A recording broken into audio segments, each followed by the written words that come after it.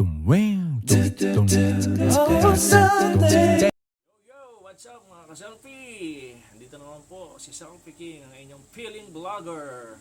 For today's video, isi-share ko sa inyo paano kumain ng sweet corn. Hindi, joke lang. Hindi. For today's video, hindi muna tayo sa food supplement. Yan. Doon muna tayo sa personal experience. Personal experience yan. I-share natin sa inyo about personal experience. Yan. It's about investing. Yun. Investor tayo nito Yan. I-share ko sa inyo yung experience ko nung nasa ibang bansa pa ako. Alam naman natin na pag nasa ibang bansa ka, isa sa parang kalaban mo yung homesick. Tinatawag na homesick. Yung parang minsan may time na darating na parang may extreme sadness na hindi mo alam kung saan nanggagaling. Ngayon, gusto kong i-impart sa inyo na paano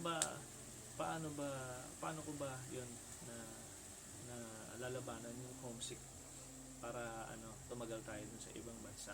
Yun. Siyempre, ako base sa personal experience ko ito, i-share ko sa inyo. Parang naging addicted ako sa sa pagko-collect ng mga stuffs katulad ng sapatos na Jordan, ganito. Yan. Ganyan. Ito. Ganyan. Ilan lang to guys sa mga kinolek ko. Doon pa makikita nyo yun sa likod, sa iba yung mga ibang natira. Yung iba kasi bininta ko na, yung iba kasi hindi ko naman na isusuot guys. Yung iba na arbor na ng mga barkada. Ayan. So guys, gusto kong i-impart na katulad ko sa experience ko nung nandun ako, although nakatulong naman sa akin para malabanan yung homesick.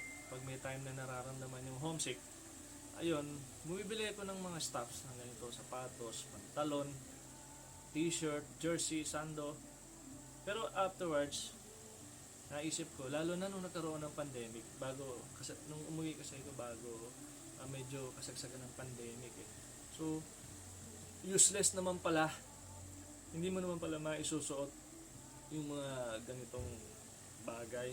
Ang nangyari, nasisira lang siya sa taguan katulad nito guys. Alam naman natin ang presyohan nito, Jordan 7210, tapos ito ganitong sapatos. So mahal talaga siya guys, hindi ko na babanggitin yung presyo. So hindi practical na mag-invest sa ganitong klaseng stuff.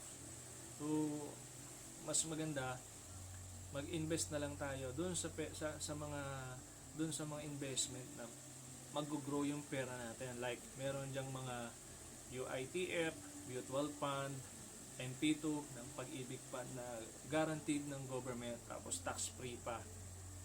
So wala akong ganong alam, wala akong ganong knowledge sa mutual fund, tsaka sa UITF, tsaka sa iba pang investment ng mga bangko.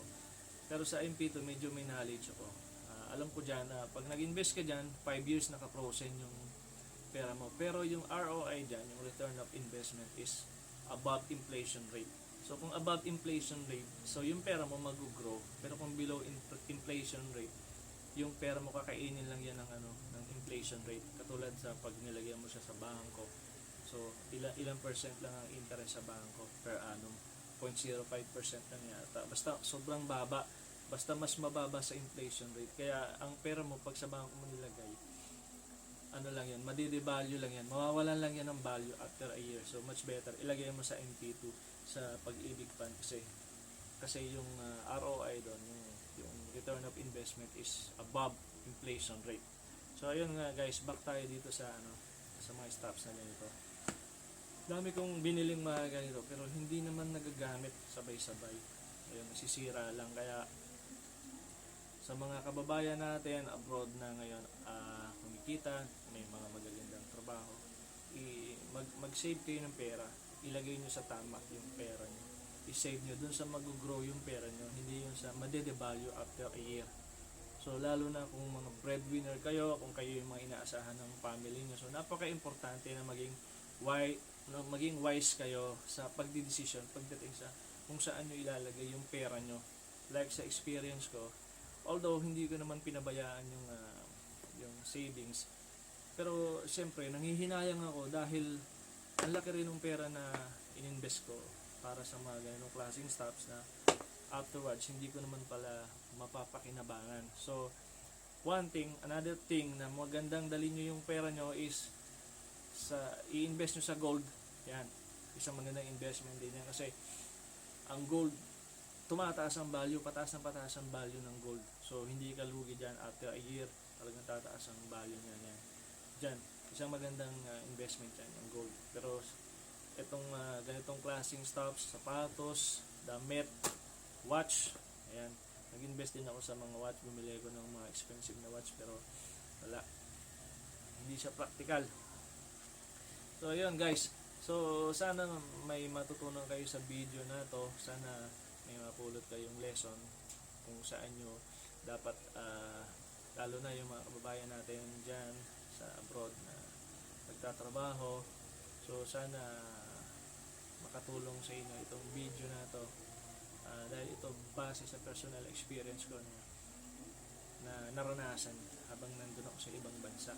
So ang kagandahan lang kasi sa akin, hindi ko pinabayaan yung investment sa ibang bagay, yung mag-grow. Hindi ko pinabayaan yung investment na mag-grow yung pera.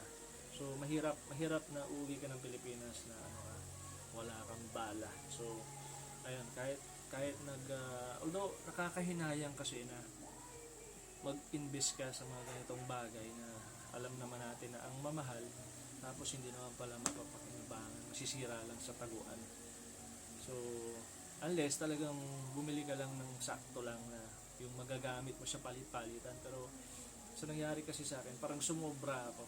Ayan, so hindi ko siya napakinabangan hindi ko na-enjoy yung yung pagsusuot kasi nga nung isusuot ko na natatanggal na yung mga swelas dahil matagal sa taguan. Yun, ganun ang nangyari. Ayan, so that's all for today's video. Pa-share na lang din sa mga iba dyan para baka sakaling may mapulot silang aral. So yun lang, at see you sa next video. Salamat, bye bye.